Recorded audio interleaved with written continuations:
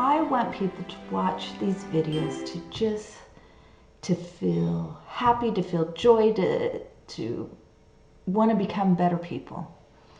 And so I try to just do things that have joy, things that are uplifting, things that I've learned this week. And something that I came across an article, and it was talking about, unfortunately, the riots that are going on. And it was talking about in Houston, we're the fourth largest city in the country, how we've stayed clear of it. That we haven't really had, we'll have little things here, but nothing like you've been seeing across the nation. And so I was very curious as to why this was. Like, what is it? And my first thought would be, it is so freaking hot here. Of course nobody would riot, because it is just like unbearable. But then as I read it, as I came to it, they had a quote from our mayor, Mayor Turner. And he says, we've gone through the tax day flood. We've gone through Hurricane Harvey. We're going through coronavirus, and we do these things together. And I'm like, well, yeah, that's great. But then I really started thinking about it. And I really started thinking, yeah, when we went through Harvey, it was Houston strong. You just helped each other. It didn't matter where you lived. It didn't matter who. You just helped each other. And how we wanted to build our city and make it better. And just, a natural disaster, you can't blame on anybody. And I guess maybe that's the difference, is you don't have anybody. You're going to blame the weather. Yes, some people blame God, unfortunately, in natural disasters. But when you go through a trial, it does bring you together. And I see that with my 3 oldest kids. They are so close. It's kind of, I get jealous of it. And I'll be like, and one time I was like, why are you guys so close? And one of them pointed out, that's because we've been through so much together, just the 3 of us. And I thought about that, and I'm like, that's, I can see that. That's true.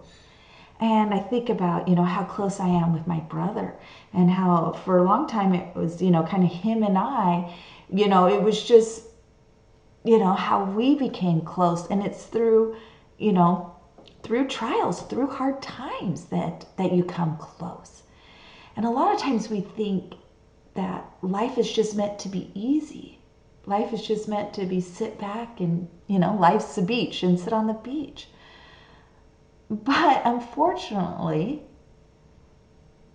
when we just are sitting on the beach, we become brats, or we become entitled, or you don't think about other people. You only think about yourself, right? You become more selfish. But then when you go through a trial, or you go through something, and you come together and you think about others and you have empathy, and sometimes that needs to happen. And so I don't know. I mean, yes, there's definite people out there who naturally do that, who are great at that. I probably am not one of them. But I need to, sometimes I do need wake up calls. And I do need, and I can be a lot better.